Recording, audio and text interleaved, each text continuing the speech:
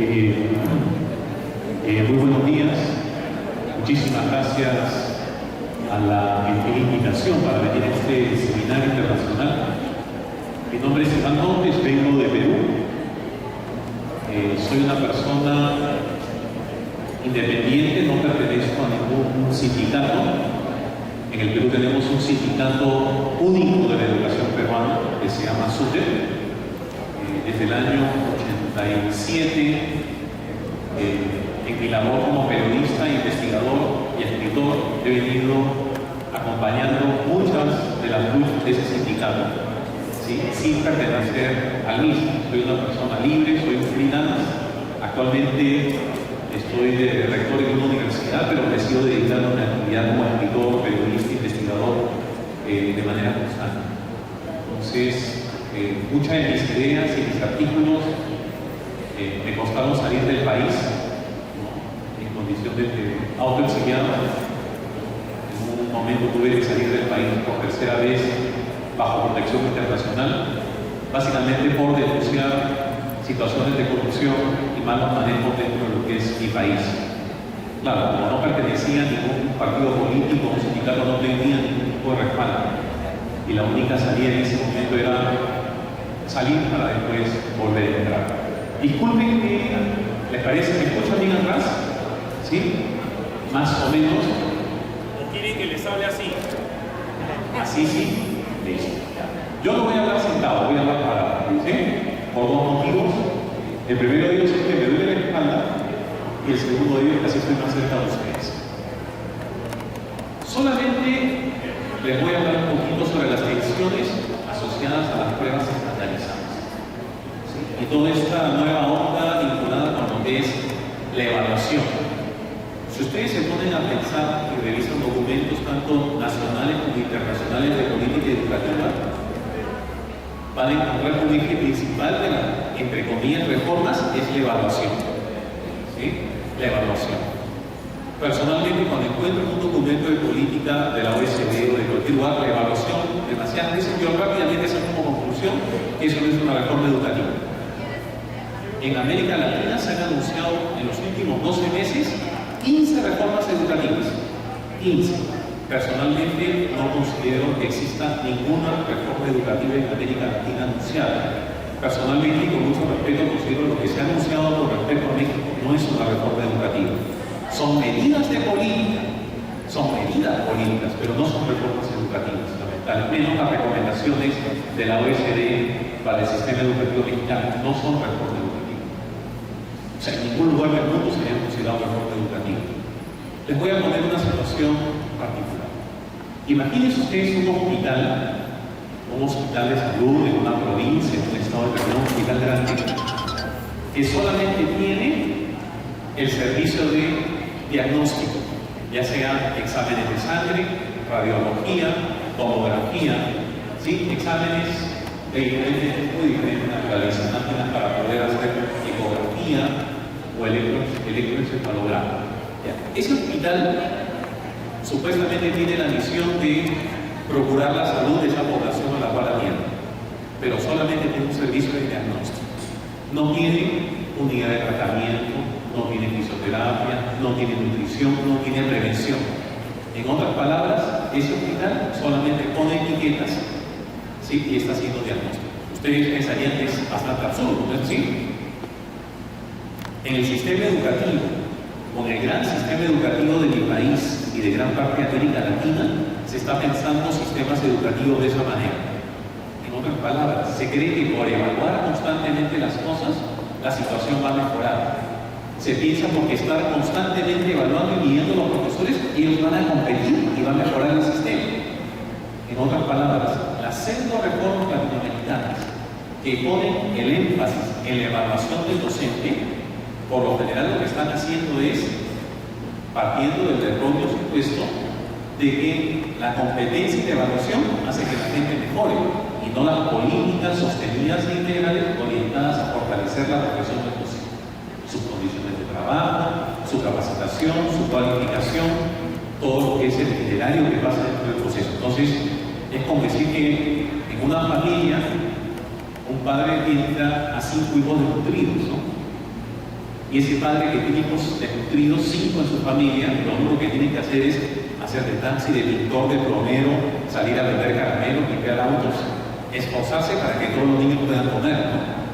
Pero si este padre, en vez de procurar realmente alimento para sus hijos y condiciones para que salgan de la desnutrición crónica, se compra una balanza y empieza a pesar todos los días a sus hijos, y se compra una balanza y dice, bueno, el que pesa más hoy día, le voy a dar la comida, los demás no, los demás ayudan. Eso mismo es lo que está pasando en los sistemas educativos de América Latina. El padre de hijos desnutridos, que en vez de trabajar mejor y procurar el cuidado para ellos, los está pesando. En mi país no hay dinero para capacitar a los docentes, no se está buscando una reforma integral de la profesión docente. Hay una gran cantidad de problemas, ¿sí?, sistémicos, pero en mi país se piensa que evaluando periódicamente a los docentes, esto va a mejorar. Es un mito. Entonces, hay una gran tensión vinculada a las pruebas, y yo creo que también esto acontece en muchos países del mundo. Estados Unidos también tiene ese problema. ¿Sí? En muchos de los estados se piensa que por evaluar la gente va a mejorar. Entonces, esa es la problemática que quería hablar con ustedes. Pasamos a la siguiente lámina, por favor. Muchas gracias. Los puntos de partida. Yo le voy a agradecer a Claudia que por favor me avise cuando falten 5 minutos. Va a sonar la alarma. Yo me voy a hacer como si no lo hubiera escuchado. Entonces, las pruebas estandarizadas no tienen la culpa, ¿no? Las pruebas es para evaluar a los docentes, una buena prueba, para evaluar a los estudiantes, no tienen la culpa. La prueba PISA no tiene la culpa, ¿no? La gente que hace estas pruebas dedica mucho tiempo a analizar el currículum escolar, a hacer una serie de procedimientos tanto teóricos, pedagógicos como procesos estadísticos, ¿sí? Y tratan de ofrecer un instrumento, ¿sí?, para tener una mirada general del sistema educativo. ¿Qué significa una mirada general? ¿Cómo está la avanzando en comprensión de lectura? ¿Cómo están sus conocimientos con respecto a geografía e historia? ¿O cómo están los conocimientos de los profesores con respecto a aquello que tienen que enseñar? Eso es lo que miden las pruebas. El problema no es de las pruebas ni tampoco, por lo general, de las personas que hacen hoy día las pruebas, sino de los políticos, de las personas carentes de sentido técnico que piensan que con una prueba se puede evaluar un docente o se puede evaluar el desempeño de un docente, cosa que es falsa. O personas inexpertas y políticas, especialmente de orientación neoliberal o de la famosa nueva derecha, ¿sí?, que consideran que el rendimiento del alumno, lo que rinde el alumno en las pruebas, es un indicador confiable del desempeño en el aula del docente. O sea, el tema es de los políticos o de la gente inexperta y de esta famosa oleada neoliberal en educación que supuestamente quiere hacer más, pero con menos. Quiere hacer mucho, pero sin criterio técnico, ¿no? Quiere hacer bastante y, entre comillas, mejorar la calidad, pero lo que quiere es desentenderse del sistema educativo, ¿no?, y pasar a procesos de privatización. Entonces, la culpa no son. Yo soy autor de muchas pruebas que se toman en mi país, que se toman en Ecuador, que se toman en Colombia. Tengo 25 años haciendo pruebas nacionales o internacionales. He trabajado en Canadá, en España, en diferentes países, haciendo pruebas. Hago pruebas, pero el tema es, para Naciones Unidas también he hecho muchísimas pruebas de rendimiento, de comprensión de lectura, etc. El tema es, cuando estas pruebas caen dentro de un ámbito de decisiones extremadamente politizadas o economicistas de la educación. Hay un economicismo ahí de base que apela mucho a la prueba como un respaldo, como si fuera resultado de evaluación. Y en segundo término, yo lo había señalado, el uso, la visión o la mirada economicista de la educación hace realmente que estas pruebas, desde mi modesto entender, tengan un efecto muy perverso dentro del sistema educativo, totalmente perverso, ¿no?, desde esta mirada economicista, neoliberal. Pasamos a la siguiente. Voy a hablar de 4 aspectos principales. El primero de ellos, las pruebas estandarizadas en el contexto de la educación, el uso de estas pruebas para justificar aparentes reformas de la educación en nombre de la calidad. Cualquier anuncio de reforma educativa que esté planteando de 10 puntos a menos 3, incluido la evaluación, lo más probable es que no sea una reforma. No es una reforma, sinceramente. Los docentes no quieren que los evalúen, pero de una manera diferente. Y la evaluación es ética si tengo a la mano condiciones y oportunidades para que los docentes puedan cumplir adecuadamente su rol. Si yo evalúo y no tengo medidas de soporte sistémicas para ayudar a aquellas personas que estoy evaluando para que puedan hacer su trabajo, no es ético, individualmente es una medida muy eficientista que no tiene ningún tipo de sentido. En mi país vamos 10 años evaluando a los docentes y las cosas no mejoran. Lo que necesitamos es que mejore la formación, las condiciones, el desarrollo profesional y no estar evaluando constantemente más a una prueba de trabajo también. 3. Limitaciones de las pruebas estandarizadas para tomar decisiones.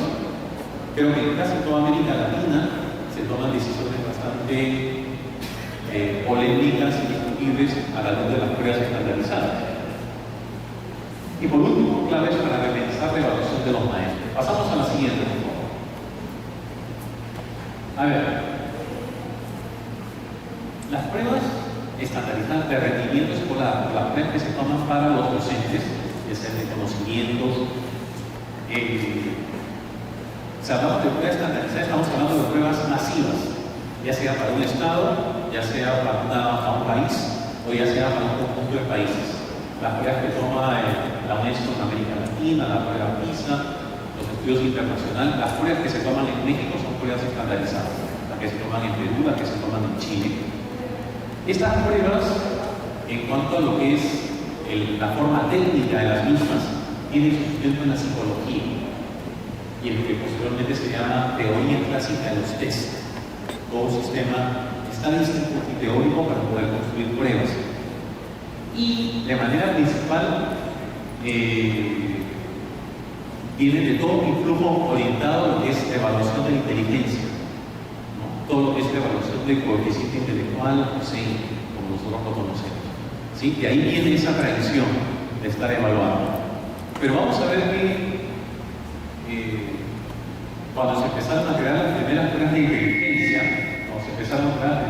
inteligencia, la gran mayoría de autores, como incluso el propio Spearman, planteaban de que la inteligencia era natural y venía exclusivamente al momento de nacer, con un software en una computadora nueva, y que de otra manera la medición de inteligencias en los diferentes pueblos podría indicar por qué había pueblos atrasados y podría justificar la dominación de estos, la esclavitud y el cortar derechos laborales a aquellas personas que no tenían un coeficiente intelectual. Yo diría que más del 50% de los teóricos clásicos de inteligencia no solamente eran racistas, ¿no?, sino eran eugenistas, que decían que aquellas personas que no tenían un coeficiente intelectual alto no tenían derecho a reproducirse. Quizá a disfrutar, pero no a reproducirse, ¿no? Toda esta discusión en su perspectiva histórica, epistemológica y tecnológica lo tenemos en este libro, ¿no? La falsa medida del hombre, del autor Gould, está disponible en internet, no solamente por el título, es más un PDF, está gratuitamente, es un texto ya muy bien. A ver, pasamos a la siguiente, por favor. Listo. Uno de los teóricos pioneros de la medición de inteligencia tiene esta frase tristemente célebre. Es Charles Spearman, pionero del coeficiente intelectual. Dice así: puede concebirse inclusive el establecimiento de un índice mínimo de inteligencia, poner una barrera mínima de inteligencia, para tener derecho al voto parlamentario y sobre todo para el derecho a reproducirse. Muchísimos teóricos de esta época eran eugenistas. Pasamos a la siguiente, por favor. Yo estoy haciendo esta explicación, estas pinceladas históricas, porque de una u otra manera, ¿sí?, muchas de estas pruebas estandarizadas se prestan a legitimar un sistema de darwinismo social, un sistema en el cual, bueno, no tengo las oportunidades, vienen de pobreza, vienen de problemas, pero igual te pongo una etiqueta y te digo que no tienes derechos. Por ejemplo, el derecho a un sueldo digno, el derecho a oportunidades, en otras palabras, el hecho de no ofrecer alternativas para que el docente mejore, alternativas éticas y bien entendidas. Y si solamente estoy evaluando constantemente, como en mi país, y no le estoy dando al docente herramientas para que se desarrolle, yo digo, es lo mismo de Spearman, ¿no? Los docentes son malos porque así nacieron. Los docentes que son malos nunca van a cambiar. Por consiguiente, ¿para qué me voy a meter la mano en el bolsillo y propiciarle la ayuda para que mejore? O sea, sobre la base de los usos perversos. Sobre la base de los usos perversos de las escuelas estandarizadas está eso. Está el darwinismo social, o por ejemplo en países como en Chile, donde se hace un ranking de escuelas y se hacía un ranking de escuelas a los resultados. Eso es esto. Eso es esto. Es un darwinismo social que es incluso una postura bastante, entre comillas, racista, ya no de piel, sino racista de clases sociales o grupos sociales. Vamos a ver que en esos tiempos se lo ofrecer lo que los estudios que demostraban, ¿no? Los estudios en esas épocas, inicio del siglo XX también, demostraban que los mexicanos en Estados Unidos, los negros y los asiáticos tenían inferiores puntajes de inteligencia. O en los estudios incluso anteriores, que decían que la gente de color de piel morena o negra eran inferiores intelectualmente.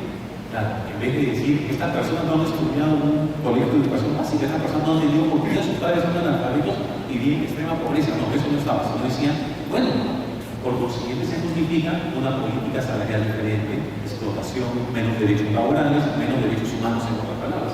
Porque acuérdense de que para muchos de estos teóricos, los latinos, negros, latinoamericanos, indios, cholos, ocupaban los peldaños más bajos en la escala evolutiva humana. Tanto así que Alex Bloca, un famoso neurólogo europeo, consideró que la gente de raza negra tenía un rendimiento intelectual igual que los chimpancés y gorilas, y que no pertenecían a otra rama diferente, la gente de raza negra. Entonces, claro, había una gran justificación al respecto. Pasamos a la siguiente.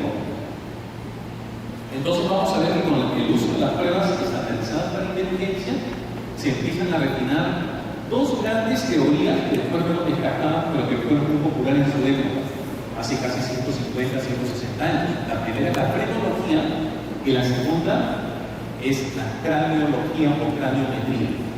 En síntesis, esas eran unas posturas. La primera, la frenología, que decía que por las hendiduras y protuberancias del cráneo se podían determinar perversiones y tendencias degeneradas desde el momento en que uno nació. Claro, Franz Gall, inventor de esa teoría, dijo que, claro, quienes tienen más protuberancias y hendiduras perversas, los negros, los latinos, los cholos, los indios, los asiáticos, ¿no? El segundo gran personaje es Alex Bloca, ¿no? Alex Bloca decía que la capacidad craneana definía la inteligencia. Entonces, conseguía cerebros de gente aplicada de tamaño menor y encontraba que su capacidad craneana era inferior, y decía, y Alex Bloca terminó diciendo, las mujeres, los negros y los asiáticos, ¿sí?, tienen menos capacidad, las mujeres, los negros y asiáticos, y deberían ser considerados dentro de la línea del mundo animal más no humano. Y Alex Bloca decía, mujeres y esposos, ¿no? Pasamos a la siguiente. No voy a entrar en detalle con lo anterior, solamente les digo que mucho de la filosofía que está detrás de estas políticas neoliberales, eso es decir, el burro de la zanahoria, ¿han escuchado eso? El burro de la zanahoria. Póngale la zanahoria delante al maestro para que vean cómo camina, póngale la evaluación, póngale la prueba de capacidad. Está sustentado también en este tipo de cosas, ¿no? En este tipo de cosas. Oye, si no aprendes en la prueba es porque eres inferior, ¿no? Haga lo que haga, no vas a mejorar, haga lo que haga. O sea, hay como un determinismo. Por eso que muchos gobiernos no están pensando en mejorar al docente, sino en evaluar y supuestamente tomar a los mejores, premiarlos y a los demás desestabilizarlos. Y al final, ¿quiénes pierden en eso? Los alumnos. Porque en un sistema educativo sano, no darwinista socialmente, ¿qué nos interesa? Que solamente haya un 5% de docentes capacitados, o que nos interesa que el 100% esté muy bien y en buenas condiciones para que se beneficie el 100% de los alumnos. O sea, nuestros sistemas educativos son darwinistas en lo social. No están pensando en una democratización ni en equidad, sino se usan muchas veces estas pruebas para poder lavarse las manos y no ofrecer oportunidades reales para que la gente pueda mejorar. Entonces, haciendo un gran salto, las pruebas estandarizadas en educación. De hecho, que hay algunas referencias del año 1840 en Estados Unidos, en Illinois, incluso un poco más antes, 1815, en que ya se empiezan a institucionalizar sistemas y empresas y departamentos especializados de los estados para aplicar pruebas a alumnos y profesores. ¿Sí? Empieza a utilizarse. Fundamentalmente estas pruebas miden contenidos curriculares, aspectos del currículum escolar y también conocimientos en los docentes. ¿Sí? Generalmente es eso. Pero vamos a ver que los usos académicos de estas pruebas es con fines de investigación, con fines de reflexión de qué es lo que está pasando, más no para tomar implicancias directas sobre la labor de un maestro o de un docente. ¿Sí? Cosa que sí vemos ahora. Las implicancias de este tipo de pruebas, no las palabras, así tengamos otra información relevante, estas pruebas ni siquiera serían insumo para saber cuál es la calidad de los estudiantes, o menos aún para saber cuál es la calidad de los docentes. Les pregunto a ustedes, si ustedes fueran directores nacionales o estatales del departamento de salvavidas, ¿ustedes van a seleccionar a los salvavidas por una prueba para marcar de qué es el agua, qué son las olas, cómo se nada, más que con una X el bracito que está introduciéndose adecuadamente en la mano? ¿Ustedes seleccionarían salvavidas así? Bueno, ¿ustedes premiarían a salvavidas por contestar una prueba de salvataje para la cara? ¿Y por qué los sistemas educativos en América Latina, incluso el mexicano, está planteando eso? Seleccionar salvavidas con prueba para la cara, cuando la docencia es una actividad mucho más compleja de lo que implica salvar a una persona en el agua. Entonces, miren toda una serie de instrucciones, no a los autores de las pruebas, de los políticos, de las personas que toman decisiones erróneas, discriminatorias, falaces con respecto a eso.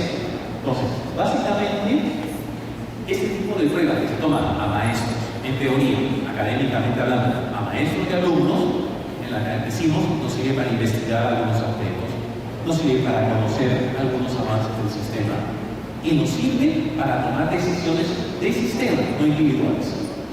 Por ejemplo, en mi país, felizmente, las pruebas que dan los alumnos, las pruebas que rinden los alumnos, se juntan a otros insumos para tomar decisiones, pero del sistema. Nos sirve para tomar decisiones particulares con respecto al docente. Claro, el día que se les ocurra eso, ese día el presidente de la República sale con la prueba falsa, porque lo dejó. En mi país el sindicato tiene muchísima fuerza y hasta el día de hoy casi ni una política neoliberal se ha instalado en mi país. Y los presidentes saben eso. Saben que si se meten con el sindicato al día siguiente van a tener que pedir su renuncia. En el Perú no se puede privatizar la educación universitaria, por ejemplo. No se le puede entregar las escuelas públicas al sector privado, porque las pocas veces que se ha intentado han habido huelgas y paros de 5, 6, 7, 8 meses. O sea, la gente y que lo despidan, pero la gente, claro, las condiciones son otras, porque se tiene un solo sindicato, ¿no? Que si bien tiene sus problemas, ha podido defender esos derechos. Y nuestra cercanía con Chile, porque el Perú siempre ha estado copiando en Chile un montón de cosas, pero no solamente la gente miraba las medidas que venían de Chile, sino la gran cantidad de investigaciones de muy buen calibre, de muy buena factura que se hacen en Chile con respecto a los impactos de sus políticas. Y eso porque de otra manera ilustró a los docentes peruanos para no dejarse. Pero vamos a ver que generalmente son insumos para toma de decisiones a nivel de sistema, pero no para el docente. No para el docente. No. Pasamos a la siguiente, por favor. ¿Por qué no permiten? ¿O por qué estas pruebas, en teoría, de una reflexión académica, por qué las pruebas estandarizadas, por ejemplo, de rendimiento que se aplican a los estudiantes, no pueden permitir tomar decisiones ni con el alumno ni con el docente? Decisiones, es decir, de pago más, de pago menos, no. Porque las pruebas estandarizadas son pruebas de diferente naturaleza a las que toma el docente en el aula. Las pruebas estandarizadas, al ser masivas, a ser tan amplias, empiezan a desprenderse de aspectos que son relevantes e importantes para lo que es realmente ver cuál ha sido el trabajo docente y cuál ha sido el desempeño del alumno. Y más aún porque en estas pruebas colectivas no podemos incorporar más de 40 o 50 ítems o preguntas, ¿no? Lo cual hace que estas pruebas sean de inferior cobertura curricular y relevancia con respecto a las que toma el docente en el aula. La gente puede decir que los docentes no toman buenas pruebas y no tienen buena evaluación. Claro, hay que ayudarles a que mejoren sus sistemas de evaluación, más que recaigan en las pruebas en los alumnos decisiones tan importantes. Ahora bien, la mirada de las pruebas estandarizadas siempre es general y superficial. ¿No? En teoría, y todas las personas que hacemos test estandarizados sabemos eso. Es superficial y general. Incluso la Asociación Americana de Psicología, APA, en sus siglas en inglés, tiene unos estándares éticos de las pruebas estandarizadas que México, Perú, todos los países lo siguen, y dice claramente: en pruebas estandarizadas de rendimiento no podemos tomar decisiones ni con los docentes ni con los alumnos. Y es un estándar internacional, ¿no? Suscrito por los colegios profesionales de psicología en México. Entonces, hay toda una serie de principios éticos que ya tienen bastante detalles. Y efectos muy nocivos porque están acompañados de implicancias, ¿no? ¿Qué significa implicancia? Que tomo una prueba a los alumnos y el docente lo despido o le bajo el sueldo o no le permito ascender, ¿sí? Ascender en el escalafón. Eso es un efecto nocivo, ¿no? Porque los alumnos, como les digo, evalúan de manera general, de manera superficial, no tiene una gran cobertura curricular estas pruebas. Y ahorita les voy a explicar algo que es más grande, que tiene que ver con la técnica de construcción. Pasemos a la siguiente, para irnos.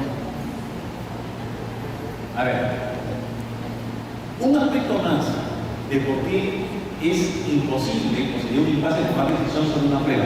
Les voy a explicar algo chiquitito y tiene que ver con estadística.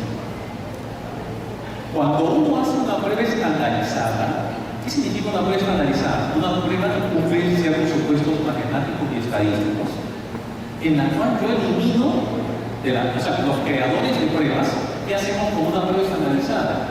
Eliminamos las preguntas que son contestadas por la gran mayoría. ¿Sí?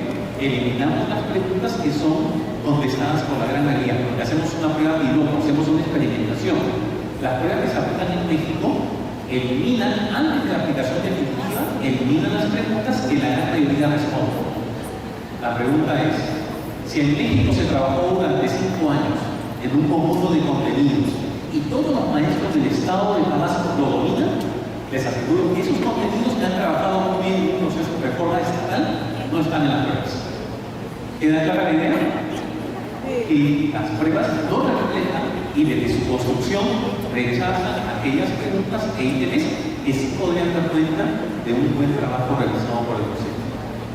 ¿Okay? Entonces, ya solamente con esa razón podemos decir que no podemos tomar implicancias laborales de los docentes sobre la base de la prueba. Y una de las cosas que vengo repitiendo con muchas personas es: no podemos tragarnos el cuento de que una reforma educativa implica evaluación. Implica una evaluación de otro tipo, que después voy a hablar un poquito de eso, pero fundamentalmente no de evaluación, sino de ofrecer condiciones oportunas para que los docentes puedan desplegar su labor, no de evaluación. Sí, una evaluación de otro tipo, no una evaluación de ese tipo. Ahora, claro, ¿y por qué se toman las pruebas estandarizadas? Porque son más baratas. Son más baratas. Se corrigen con una máquina, ¿sí? Nos permite decir: mira, es objetividad. La máquina corrigió. Claro, es objetivo para determinar el puntaje, pero desde el punto de vista de la realidad pedagógica son irreales, ¿no? Y en segundo término, ¿qué es lo que hay un autor que elabora pruebas hace muchísimos años, es uno de los padres de las pruebas estandarizadas a nivel mundial, que se llama James Popham. James Popham. Si alguno tiene me escribe, le puedo mandar después algunos artículos y libros de este autor. James Popham publicó un libro en español que está en la web de CREAD, el Programa de Reforma Educativa para América Latina y el Caribe. Está ahí ese libro también. Y dice lo siguiente: no podemos tomar, dice así, extremadamente disparatado tomar decisiones, en otras palabras, decisiones sobre los profesores con respecto a la prueba de los alumnos, cuando al menos tenemos 3 fuentes principales que explican ese rendimiento. Las disposiciones naturales de los alumnos. Segundo, las condiciones sociales, familiares, culturales y de pobreza. Y tercero, lo que pudo haber hecho ese profesor. Pero también eso escapa de nuestro control, puesto que lo que el alumno va a rendir en esa prueba tiene que ver con lo que hizo ese profesor, el profesor del año anterior, el profesor del año anterior. En otras palabras, él dice, es tan textualmente, James Coleman dice, es tan disparatado tomar decisiones laborales y salariales en los profesores sobre la base de los resultados de los alumnos, tan disparatado que medir la temperatura atmosférica con una cucharita. Eso es lo que dice James Coleman, es el padre de estas pruebas. Es el teórico que yo sigo para hacer mi prueba. Él mismo lo dice con claridad. El problema no son las personas que hacemos las pruebas, es de los políticos y la gente muy ignorante que está en nuestro Ministerio de Educación. Eso es. Entonces, claro, pero este tipo de pruebas, ya sea para alumnos y profesores, juegan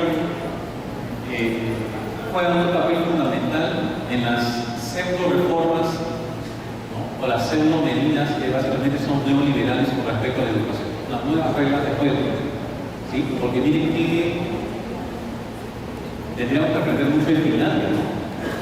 Donde no existe el ranking, donde no existe estigmatización, donde no existen pruebas nacionales. Existen condiciones para que la gente pueda mejorar y existen evaluaciones de desempeño docente mucho más pertinentes, pero básicamente la intención es la mejora. Cuando en América Latina, en gran parte se toman estas pruebas, tanto docentes como alumnos, la intención no es la mejora, sino el burro y la zanahoria, ¿no? Le pongo la zanahoria delante del burro para que camine, pero no le estoy ayudando realmente para nada. Entonces, miren cómo hizo una lógica muy común, es la lógica de la OSD, ¿no? No solamente para México, sino para gran parte del mundo, ¿no?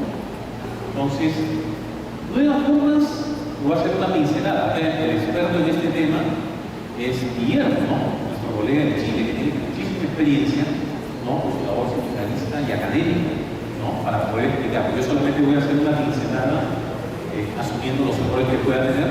Las cosas difíciles se las preguntan a Guillermo, ¿sí? Él les va a responder. Algunas cosas interesantes. La competencia. Ojo, no estoy hablando de las competencias en el currículo, sino la competencia. Nosotros somos docentes y vamos a competir por una prueba. No, todos vamos a competir por una prueba. La pregunta es, si es que el Señor tiene mejor disposición y chance para ir bien en la prueba, él se va a esforzar más que los demás, ¿no? Los demás no, mira, así estoy diciendo que yo no voy a pasar la prueba, ¿no? Ya, el Señor da la prueba y es promovido. Y los demás nos dedicamos a tomar café, tomar té. Entonces, la competencia en escuelas, ¿no? Hacer ranking de escuelas. La competencia en educación, la competencia no mejora nada. Lo que hace que mejore la educación es ofrecer oportunidades para que el sistema educativo de manera limpia y eficaz pueda salir adelante. Pero con la competencia es como decir, si yo tengo 5 niños desnutridos y quiero que compitan por un plato de comida, ¿esa es la solución de la desnutrición familiar? No. La salida de la desnutrición familiar es que yo esfuerce para que todos coman, no para que coman que ganen una prueba de fuerza, ¿no? Es lo mismo que en educación, la competencia no ayuda para nada. No hace que la gente mejore, porque así uno quiera mejorar, si tiene niños desnutridos, padres alcohólicos, y una escuela de palos secos, no tiene materiales, no tiene agua, no tiene luz, no tiene baño, la competencia termina siendo una tentada contra el corazón profesional de los docentes y una falta de respeto a ellos, una falta de respeto. Mercado como regulador. Les pongo un ejemplo en mi país para no seguir más con este tema. Se piensa que el mercado regula. En mi país, el presidente Fujimori dijo, el mercado que regule la oferta universitaria. Entonces hemos estado 15 años sin estándares, sin acreditación o sin medidas realmente que promuevan buena educación universitaria. Y se piensa que en mi país, se pensó que en mi país, la gente iba a apostar por las universidades buenas y exigentes y aquellas universidades malísimas, nadie se iba a matricular y por consiguiente iban a quebrar. En mi país, las universidades que tienen más alumnado son las universidades de ocio, donde uno si quiere va a clases o si quiere pagar para las clases, pero con tal de que pagues tu matrícula, tu pensión, tu mensualidad, te dan el título. Esas universidades están repletas de gente, porque en mi país, así sepas de antemano que nadie te va a contratar, la gente siente mucho orgullo tener su diploma de abogado, profesor o psicólogo al costado del cuadro del corazón de Jesús. ¿no? Y con eso se quedan tranquilos. El mercado no regula, ¿no? Las leyes del mercado, no, al final, eso Fujimori para quién lo hizo, para unos grupos de poder que querían invertir en educación, y Fujimori sacó una ley, la ley de la promoción de la inversión privada en educación, donde cualquiera puede hacer una universidad, y esas universidades con abierta mala calidad están llenas de alumnos que se han convertido en excelentes alumnos. El mercado no regula. Seguramente el mercado regula cuando la demanda es educada, cuando la demanda tiene criterios para poder tomar decisiones. En mi país la demanda de educación no es educada, no es educada. Distracción en vez de ayudar. Nuevamente lo que les digo. ¿Qué es la distracción? Evaluación de profesores, evaluación de alumnos, ranking de escuelas. Tienen que ingresar por internet los resultados de esos alumnos para evaluarlos. Eso es distracción. No será la pregunta ahí importante saber, dime tú, si ya sabes que el sistema educativo tiene esos problemas, ¿qué puedes hacer para mejorar? Esa es la pregunta. No evaluación. No evaluación y de esta manera. Bien, ese se llama, según Fulfo Torres, un académico, amigo mío, compañero de trabajo de Galicia. Fulfo Torres le dice la voluntad de la distracción. La voluntad de la distracción. Hay una gran voluntad de la distracción dentro de los sistemas educativos de América Latina. Y evaluar a todos con ver que no son buenos predictores. Sí, de hecho que lo que contesta un docente peruano en una prueba, ¿sí? Y en muchos latinoamericanos, en una prueba de conocimiento de la especialidad, no es buen predictor de lo que el docente va a hacer en el aula, porque el desempeño en el aula es mucho más complejo. Hay gente que puede sacar el máximo puntaje en la prueba y puede ser una desgracia de profesores. Me explico. El presidente Alan García empezó a promover de manera muy fuerte la evaluación a docentes. Y a los docentes tienen una prueba de cuánto sabes de matemáticas, cuánto sabes de... Es un factor entre muchos, ¿no? Y aquellos docentes que ganaban les hacían una asignación salarial, ¿sí? Alan García llamó al Palacio de Gobierno al profesor que tenía el máximo puntaje, ¿está bien? Y lo premió en el Palacio de Gobierno, diciendo, Alan García, miren qué palacio, ese es el mejor docente que tiene el Perú. O sea, que un tonto saca el máximo puntaje en una prueba de conocimientos, es una persona que sabe ayudar al alumno, que sabe orientarlo, que sabe evaluar, que sabe explicar. No, es un tonto que sacó el primer puntaje en una prueba tonta. A los 3 meses ese profesor fue descubierto que era una persona que tenía denuncias por maltrato infantil, por gritar a los alumnos, por quemarles la cabeza con cigarros encendidos. Ahí está Alan García, te dijo que ese es el mejor docente que tiene el Perú, para saber quiénes son los mejores docentes y quiénes no son tanto para ayudar. Necesitamos pruebas de desempeño, no pruebas estandarizadas, pruebas de desempeño, tal como se acontece en muchos países europeos, tal como ha pasado en muchos programas experimentales, y eso voy a hablar en la parte final de esta presentación para no aburrirnos. Pasamos a la siguiente, ahora sí, estimado Juan. Limitaciones de las pruebas estandarizadas para tomar decisiones. Esa es una síntesis de lo que he venido explicando. Todavía me quedan unos minutos y quiero centrarme más en lo que es la evaluación de desempeño. Con respecto a las decisiones de los estudiantes, las pruebas dicen, ojo, las pruebas que se toman en todo el mundo nos dicen algo de lo que se aprendió, pero no sabemos de dónde. ¿Sí? No sabemos de dónde. Pero los resultados de las pruebas no nos dicen cómo hacer para mejorar el sistema educativo. Eso lo vienen diciendo más de 80 años las personas que hacemos pruebas. No se pueden tomar decisiones sobre cómo hacer para mejorar el sistema sobre las pruebas estandarizadas. No podemos. Lamentablemente los políticos piensan que sí. Ellos creen que sí. ¿Deben cobertura curricular? Claro que sí. Hay un muestreo, tenemos que quedarnos con 40, 50 ítems, y cuando hacemos la experimentación, como ya lo señalé, eliminamos aquellos ítems que seguramente están reflejando un buen trabajo del docente. O sea, es un contrasentido tomar decisiones. Genera la enseñanza para el test, el teaching for the test. ¿Qué significa eso? Miren, los niños van a América Latina a estudiar qué cosa? Literatura, hablar, expresarse, compartir, desarrollar hábitos, actitudes. ¿Las pruebas exploran eso? No. Hacer ciudadanos. Entonces, ¿qué significa? Que como la gente le tiene tanto miedo a las pruebas, y la gente común, como los medios de comunicación están detrás de las pruebas, Los profesores muchas veces están enseñando para las pruebas y están olvidando aspectos curriculares de singular importancia: arte, compartir, salir al campo, salir a pasear, convivencia, ser feliz, realizarse como persona. Estos aspectos que son importantes no están contempladas en las idiotas pruebas estandarizadas. Es el tema. Entonces empieza a producir este fenómeno perverso. Teaching for the test. ¿Sí? Es igual para los docentes. Miren, en mi país hay unas cuantas pruebas de conocimientos que ya les expliqué. Si el sistema de evaluación fuera pertinente, voy a desmentir un poquito, si el sistema de evaluación fuera pertinente en el Perú, me explico, y entro a prueba de desempeño. Miren, ¿qué es una prueba de desempeño? Dar al docente 30 hojas en blanco y decirle: a ver, haz una sesión de clase de esto. A ver, ¿cómo sería una prueba formativa de esto? Escríbela. ¿Qué respuestas esperaría de los alumnos? Miren, a ver, dime tú, y después de eso, a ver, ahora quiero que lo demuestres en esa clase modelo. Lo voy a filmar, después la vamos a analizar. Eso existe hoy en día en el mundo. Se llama evaluación del desempeño docente, donde participan los pares en la escuela. Ya. Si el sistema fuera ese, un docente, ¿cómo se va a preparar? ¿Me quedan 5 minutos? Listo, me quedan 2 minutos. Mejor sí, 2 minutos. Miren, ¿cómo se prepara un docente en este tipo de prueba de desempeño? Hablando, escribiendo, haciendo mejores programaciones, haciendo mejor clase. En mi país los docentes invierten 1 año en academias para memorizar conocimientos. ¿Me dejan entender? Las pruebas estandarizadas para atacar no solamente hacen que el alumno se le vea privado de otros aspectos formativos que no abarcan la prueba, y en segundo lugar hace que los docentes inviertan 1 año o 6 meses en preparaciones tan tontas como las pruebas.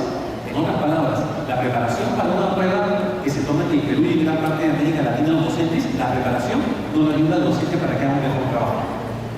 No le ayuda al docente. Entonces, las buenas pruebas de desempeño ayudan a la gente realmente a que haga un buen trabajo. Pasamos a la última.